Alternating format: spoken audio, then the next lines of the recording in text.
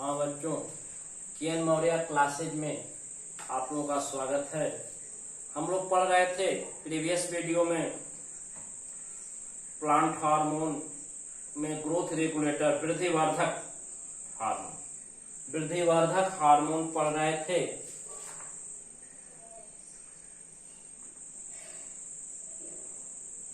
वृद्धिवर्धक hormone जिसमें आपको auxin हम पढ़ा चुके थे। अब आज हम लोग जिबरेलिन पढ़ेंगे। जिबरेलिन, इसको GH3 जिबरेलिक एसिड के नाम से जाना जाता है। इसकी खोज डिस्कवरी बच्चों 1926 में कुरोसावा नामक वैज्ञानिक ने किया था। 1926 ईस्वी में कुरोसावा नामक वैज्ञानिक ने, तो खोज का श्रेय कुरोसावा को जाता है। किस तरह से यह एक घटना है, जिबरेलिन के खोज की एक घटना है। बच्चों, धान की फसल लगी थी। उस धान की फसल जो थी एक विशेष प्रजाति थी, फार्मोसा स्पीसीज, फार्मोसा प्रजाति। फार्मोसा स्पीसीज में फुलिस सीडलिंग डिजीज, जिसको बंकाई डिजीज के नाम से जाना जाता है, रोग है जिसमें पत्तियां पीली पड़ जाती थी। Yellow colour leaf of rice plant, उस चावल के पौधे की पत्तियां पीली पड़ जाती थी। इसी को फुलिस सीडलिंग डिजीज, बीज छोटे होते थे, आकार में छोटे होते थे, भार में कमी आती रहती थी, क्रॉप प्रोडक्शन कम होता था। तो बच्चों, यह रोग जो है एक विशेष प्रकार के कवक के द्वारा होता था, जिस कवक का नाम था जिब्रेला फ्यूजिकोराई। क्या है? उस कवक का नाम है जिब्रेला फ्यूजिकोराई। और उससे एक जिबरेलिक एसिड, उसमें एक रसायन पाया जाता था उस कवक जिब्रेला फ्यूजिकोराई में, जिबरेलिक एसिड। और उस रसायन की उपस्थिति के कारण इस का नाम जिबरेलिन रखा गया। क्या रखा गया? जिबरेलिन रखा गया। इस तरह से इस पादप हार्मोन की खोज का श्रेय जो है 1926 में कुरोसावा को जाता है। इन्होंने इसको फार्मोसा स्पीसीज में बंकाई डिजीज एक कवक के कारण हुआ था। उस कवक को जब मसला और मसल कर देखा, अन्य पौधों पर छिड़क कर, तो पौधों की वृद्धि होने लगी। तो उन्होंने सोचा ऐसा क्यों? तो उसका विच्छेदन हुआ, पता चला कि उस कवक में एक रसायन है जिब्रेलिन, जिबरेलिक एसिड, और उसी रसायन के कारण पौधे की वृद्धि हो रही है। इस तरह से जिब्रेलिन की खोज हुई। याबुता और हयाशी दो वैज्ञानिक हैं, याबुता और हयाशी, जिन्होंने जिबरेलिक एसिड को क्रिस्टल के रूप में प्राप्त किया था। इस पादप हार्मोन को याबुता और हयाशी ने क्रिस्टल के रूप में प्राप्त किया था। किस रूप में?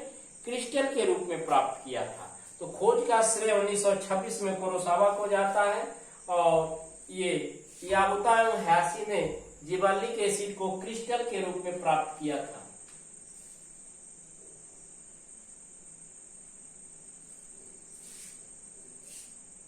अब बच्चों, इसका उपयोग, एप्लीकेशन ऑफ जिबरेलिन, जिबरेलिन के तमाम उपयोग हैं, जिसमें से कुछ सेल इलांगेशन, कोशा दीर्घीकरण। बच्चों, जब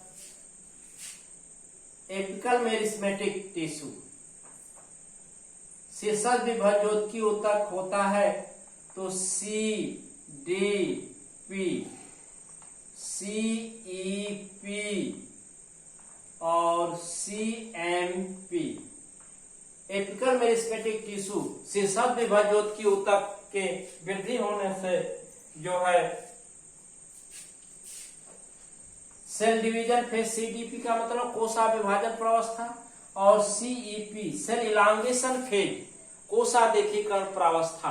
कोशा इस अवस्था में अपनी मैक्सिमम शेप साइज को प्राप्त कर लेती है तो इसे सेल इलांगेशन फेज कहते हैं। तो बच्चों इस शीर्षक विभाज्योत के ऊतक के विभाजन के फलस्वरूप सेल इलांगेशन फेज में ये अधिक प्रभावी है, अर्थात जिबरेलिन के प्रयोग से जो है सेल इलांगेशन फेज इंक्रीज करता है।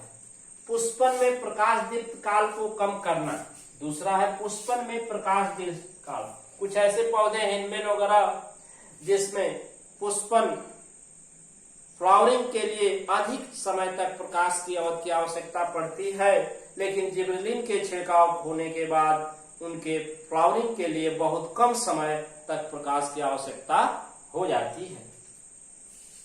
अगला है डिक्रीजिंग टाइम ऑफ फ्लावरिंग।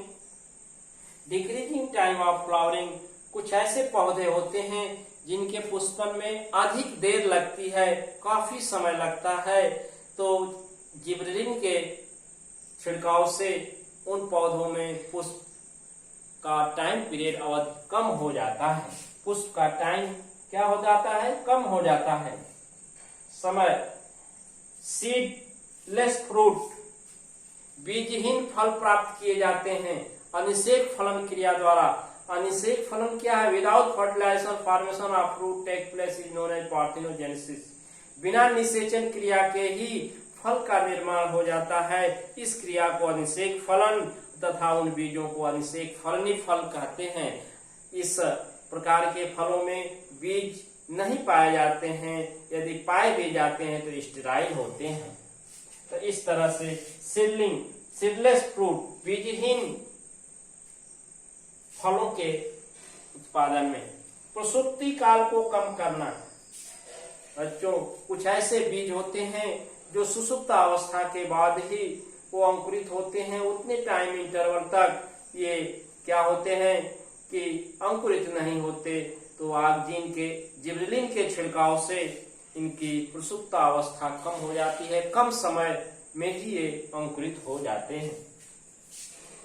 फलों के आकार में वृद्धि करना, आगजीन जिबरेलिन के छिड़काव से कुछ ऐसे पौधे हैं जैसे टमाटर है, बैगन है, मिर्च है, इत्यादि पौधों के फल बड़े आकार के होते हैं जिससे फसल उत्पादन बढ़ जाता है। तो बच्चों इस तरह से ये जिबरेलिन हार्मोन, ग्रोथ हार्मोन दूसरा ग्रोथ रेगुलेटर्स था। इसका उपयोग और खोज पढ़ लिए। इस वीडियो को ध्यान से देखेंगे, समझेंगे और आगे के क्रम में हम लोग साइटोकाइनिन पढ़ेंगे। Thank you. हाँ बच्चों, अब दूसरा ये साइटोकाइनिन है, लास्ट ग्रोथ रेगुलेटर्स वृद्धिवर्धक। तीसरा जो है ये तीसरा वृद्धिवर्धक साइटोकाइनिन। 3 वृद्धिवर्धक हार्मोन थे, आगजीन, जिबरेलिन और साइटोकाइनिन। तो ये साइटोकाइनिन को काइनेटिन के रूप में प्राप्त किया गया था।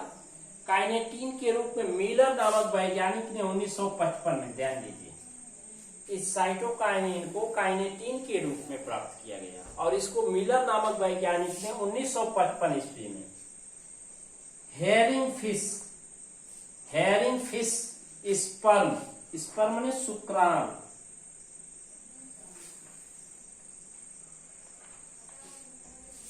हेरिंग फिश के स्पर्म शुक्राणु से प्राप्त किया था। किससे? तो फिश स्पर्म याद रखिए, फिश स्पर्म से कौन सा ग्रोथ रेगुलेटर प्राप्त किया गया था? साइटोकाइनिन। किसके द्वारा? मिलर के द्वारा। कब? 1955 ईस्वी में। साइटोकाइनिन जो है प्राकृतिक रूप से पौधों में नहीं पाया जाता है। Cytokinin not found in plant naturally, ये प्राकृतिक रूप से पौधों में नहीं पाया जाता है। इसको N6-फॉस्फेटिल एमाइनोप्यूरिन भी कहते हैं। किस रूप में? आर्टिफिशियली ये है N6-फॉस्फेटिल एमाइनोप्यूरिन के रूप में जाना जाता है, जो आर्टिफिशियली प्रिपेयर किया जाता है। इसका नेमिंग, साइटोकाइनिन का नामकरण, नाम जो है स्कूप नामक वैज्ञानिक ने किया था। इसका नाम, इस प्लांट हार्मोन का साइटोकाइनिन नाम देने का कार्य स्कूप ने किया था। खोज का श्रेय मिलर को जाता है, जबकि नामकरण का श्रेय स्कूप को दिया गया था। ये था बच्चों साइटोकाइनिन की खोज और नामकरण। अब इसका उपयोग, एप्लीकेशन ऑफ साइटोकाइनिन, साइटोकाइनिन के क्या क्या उपयोग हैं? तो सबसे पहला इंक्रीज सेल डिवीजन। सब लोग जानते हैं कि कोशा विभाजन, जब पैतृक कोशाएं पुत्री कोशाओं का निर्माण करती है, जिसमें आनुवंशिक पदार्थ डीएनए का स्थानांतरण होता है, इस क्रिया को सेल डिवीजन, कोश का विभाजन कहते हैं। तो साइटोकाइनिन के उपयोग से कोश का विभाजन की क्रिया तीव्र गति से होती है, increasing rate of cell division, CD. Cell division, कोश का विभाजन की गति तीव्र हो जाती है। दूसरा, कंट्रोल द ऑर्गेनोजेनेसिस। ऑर्गेनोजेनेसिस का मतलब अंगीकरण। प्लांट ऑर्गन फॉर्मेशन, पौधे में अंगों के निर्माण की क्रिया का नियंत्रण साइटोकाइनिन के द्वारा होता है। साइटोकाइनिन प्लांट ऑर्गेनोजेनेसिस, पादप अंगीकरण क्रिया को क्या करता है? नियंत्रित करता है। इंक्रीज ग्रोथ ऑफ लेटरल बड, ये पार्श्व कलिकाओं एवं शाखाओं की, पार्श्व शाखाओं एवं कलिकाओं की वृद्धि में सहायक होता है। तो इसकी वृद्धि को क्या करता है? इंक्रीज कर देता है, बढ़ा देता है। पार्श्व कलिकाएं, लेटरल बड, जैसे सपोज करिए कि स्टेम है, यहाँ पर ये लीफ है आपकी, तो यहाँ पर जो लेटरल बड है इसी को पार्श्व कलिकाएं कहते हैं। और उस लेटरल बड के क्या करता है? साइज को इंक्रीज करता है, उसकी ग्रोथ वृद्धि को रोक देता है। तो increase growth of leaf lateral bud, पार्श्व कलिकाओं की वृद्धि को बढ़ा देता है। क्या करता है? बढ़ा देता है। Cytokinin change the ratio of oxygen for root and stem. Cytokinin की उपस्थिति में ऑक्सीजन के अनुपात को बदलकर, साइटोकाइनिन की उपस्थिति में ऑक्सीजन के अनुपात को बदल करके, रेशियो माने अनुपात को बदल करके पौधे में रूट और स्टेम, जड़ अथवा तने का निर्माण किया जा सकता है।